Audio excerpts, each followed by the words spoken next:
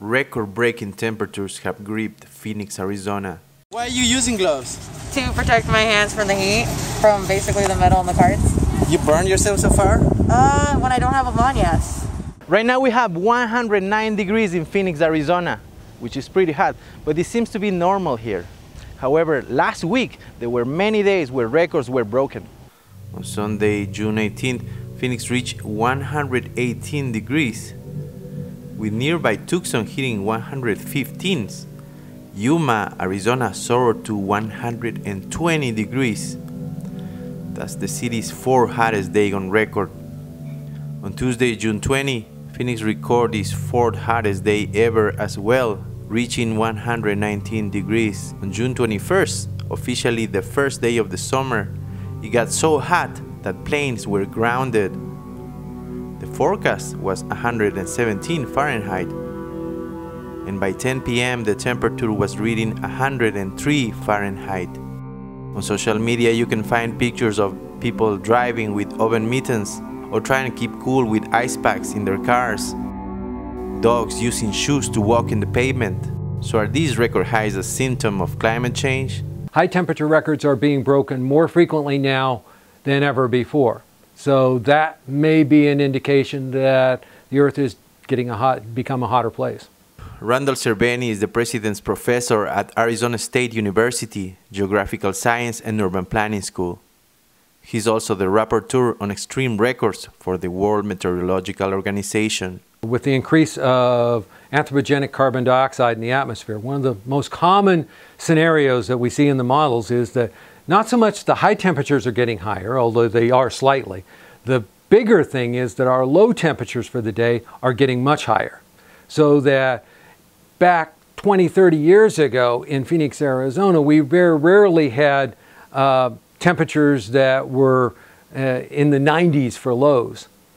Today, during the summertime, we'll have several days where 90 degrees is actually, or higher, is actually our low temperature for the day. Last year, between June 14th and July 14, 2016, Phoenix Fire Regional Call Center dispatched 279 assignments under the Code of Heat-Related Illness. For the same 30-day period in 2017, Phoenix Call Center dispatched 977 assignments under the same code.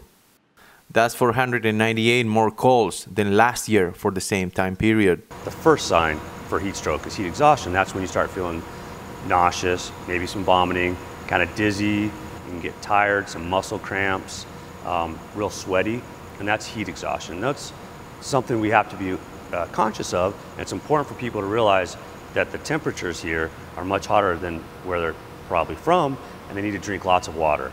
And that water needs to start 24 hours ahead of time.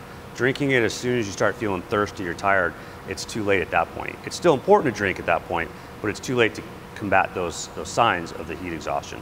So it's important to start drinking lots of water about 24 hours ahead of time. Captain Axel Roth from the Phoenix Fire Department warns that heat stroke can take over very fast, often with progressive symptoms that could go unnoticed until it's too late. Heat exhaustion, if it's not treated, if somebody doesn't get water, doesn't cool off, then it turns into heat stroke.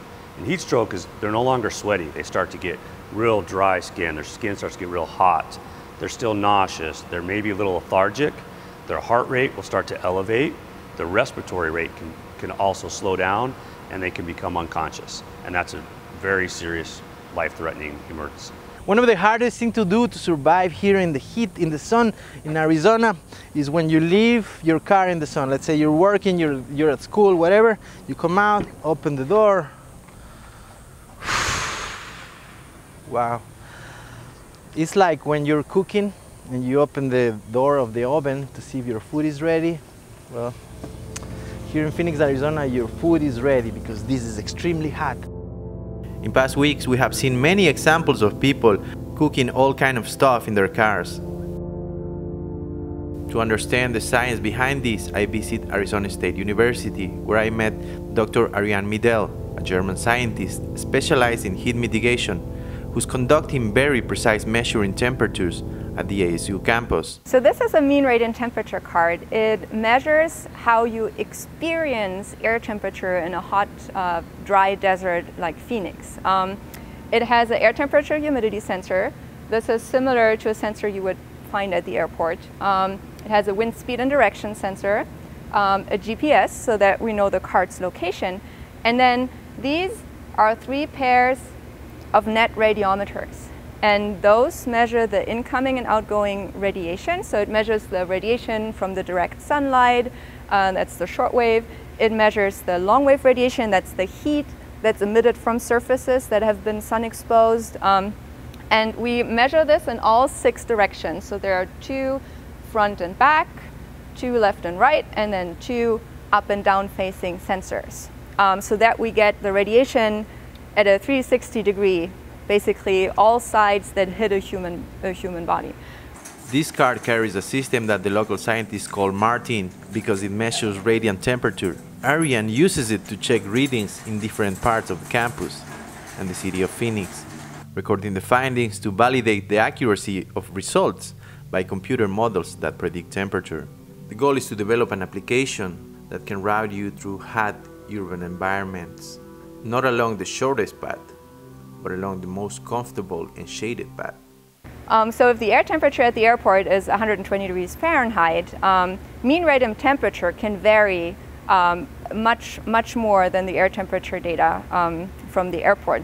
On a fieldwork trip in June, on June 19th, which was a record-breaking heat day, I measured mean radiant temperatures of up to 75 degrees Celsius. The big heat wave that took place at the first part of this century in Europe killed hundreds of people. But the problem was that the infrastructure wasn't built to handle it. They didn't have air conditioning for most parts in places like France. In the late 90s, there was a heat wave that centered itself over Chicago, Illinois, and over 500 people died within a 2-week period. It shows that heat waves in places that can't handle the heat can be tremendously bad. And given the fact that more high temperature records are being broken around the country and around the world, likelihood of having the potential for more heat waves increases. What's perhaps more alarming is that the Trump administration is rolling back fossil fuel regulations and denies climate change is even real. For more of our coverage, visit therealnews.com.